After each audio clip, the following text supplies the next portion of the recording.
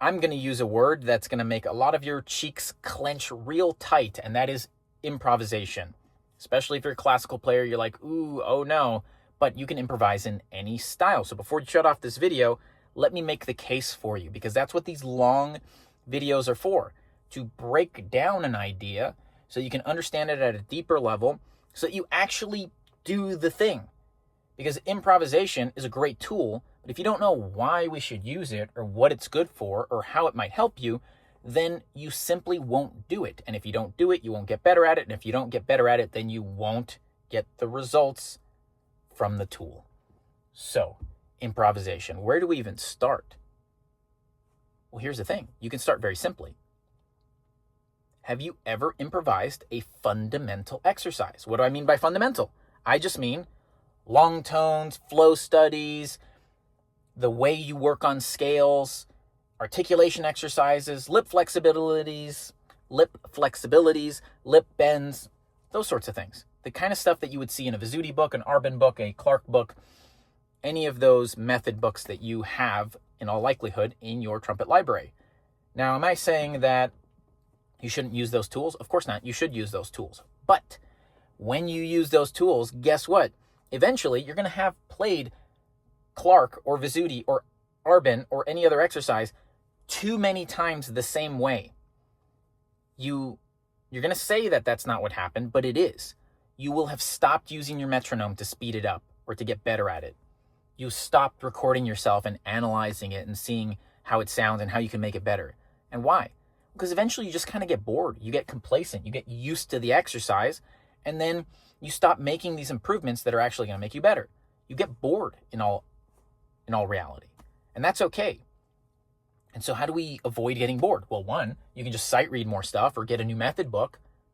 Of course, you can do that.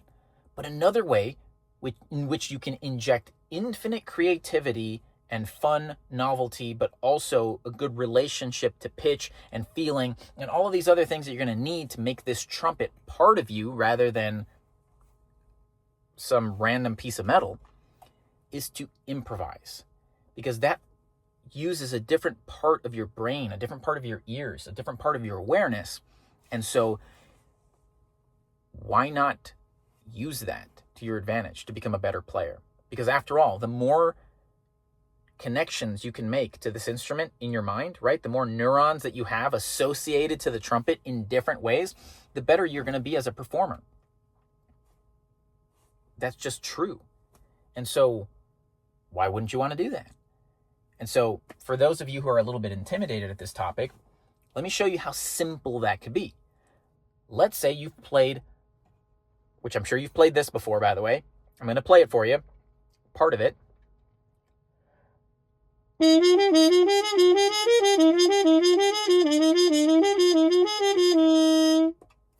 Clark number 2. We've all played it too many times. But have you played it by ear in a different key that you're not familiar with? Or do you pull out the book and you're like, ooh, let me look at the book? Don't do that. Use your ears, use a little bit of your imagination and guide it through. Play it in F sharp. You probably don't play it in F sharp. Play it in low F sharp. Sit down and figure it out. That's a small portion of it, right? It's playing something from memory. That's not quite what we're talking about, right? Because that's not improvisation, but at least it gets you a little closer to that, right? Start playing things that you're familiar with, tunes that you're familiar with, and do it from memory first. Or an easy exercise like that. If you can't do it at that speed, that's fine. Slow it way down, even if you're sitting there like this.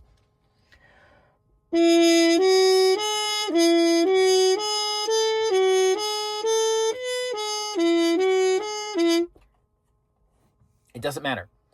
Just, it will get faster, it will get better as you start to develop that connection. So you can start there if you're intimidated by pure improvisation. But once you've done a little bit of that and you're playing from memory or you're playing by ear a little bit and you're trying to guide your way through it, now you can start to get into a little bit of the creative space. So let's say instead of playing that Clark exercise, let's say I wanted to do it as an articulation exercise. I want to improvise an articulation exercise. Cool. Let's do that. Let's pick a key, F. We'll just do F. We'll start playing and see what comes out.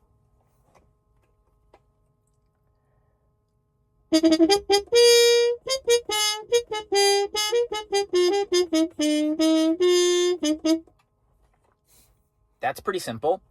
If that's too complicated, slow it down even more.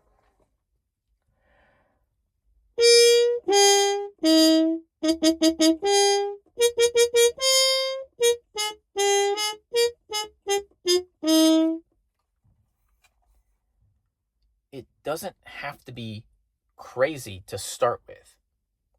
You just have to get comfortable being able to imagine a pitch, hear it in your mind, and then execute on it. And that will take some time, but it'll never happen if you don't understand why it's so useful. So here's one example of where this really comes in handy. Where actually a lot of trumpet players think they have an endurance or a range problem, and they might not. Have you ever been at a performance where it is so loud because you're playing with a rock band or just a big band or whatever it is, and everybody's playing really loud, and so now you're playing what? You're trying to hear yourself, and you don't hear yourself because everybody's playing loud, and so what do? You play louder unconsciously, and now you're getting tired. Why does that happen? It's because you're only used to relating to your sound a certain way, and so your muscle memory locks into that. And so when you don't hear yourself that way, you're going to unconsciously play louder, and you're not going to be able to pace yourself, and you're going to be exhausted. And so one way that you can start to combat this is learning to play by feel a little bit more, right? Like, yes, you still listen for the sound, but if the sound is gone, you're still okay.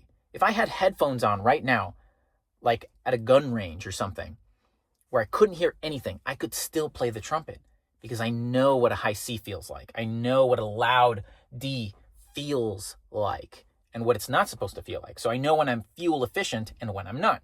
And so improvising can really help you do that once you start getting into the groove of that. Once you start playing that way, it'll help you learn how to do that, not just in one narrow specific instance, which is probably what you've been doing, is that you have a very particular set of exercises that you can play efficiently, and that's it, right? Or a very specific song or tune. And then when you get sight reading, or somebody asks you to improvise, or when you have to play something from memory, or when you have to play something that you're not as familiar with, you're going to start becoming more and more inefficient. Or like the other example where you're playing somewhere where it's too loud and the circumstances change, you're not going to be able to adapt. And that's what improvisation really helps you with. It helps you with the creativity, with the ear training. But more than anything, for trumpet players and their chops, it helps with adaptability. And that adaptability is super duper crucial. So use it to your advantage. Again, it's so simple. Let's say that even intimidated you. Oh, I don't want to do articulation exercise. That's too complicated, Jesse.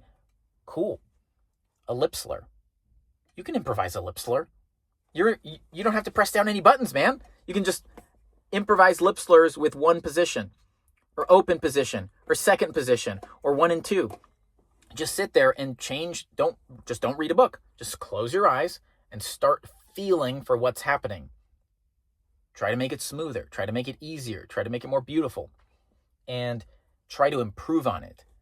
So if you've never done any of this before, I urge you, take some time, 10 minutes out of your day, and just close your eyes and start improvising with just fundamentals. That's it. Later on, you can worry about jazz improvisation or improvising in a classical style or mariachi style or whatever else it is that you want to do musically. But first, start with fundamentals because it'll add variety to what you're already doing. You'll increase the amount of neural connections, I don't know how to say it, neural connections in your brain, right? More things will start to connect to this instrument, and that's what you want to do, right? If you're only playing out of the same dusty old book every single time you go to play the trumpet and you don't add any spice, you're going to run out of chops very quickly. You need more representations about what's possible on this instrument and connect them together. A good example of this is sometimes there's weird intervals that you're just not running into very often in some of these books. But you can run into all kinds of weird intervals when you're just making them up, right? As a quick example, I'll just do an improvisation. And you might mess up, by the way. It's very possible that you're going to mess up a ton, and that's okay. Try to remember what you played and reinforce it a few more times if you do mess up, right? Just try to fix it. But I'll play some things.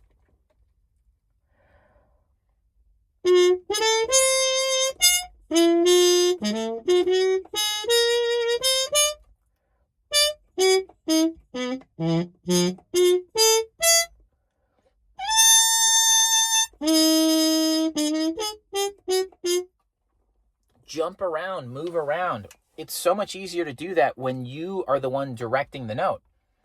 And again, at first, that's not going to be super easy to do. You're going to want to simplify it, slow it down, but I don't care if you're just doing this.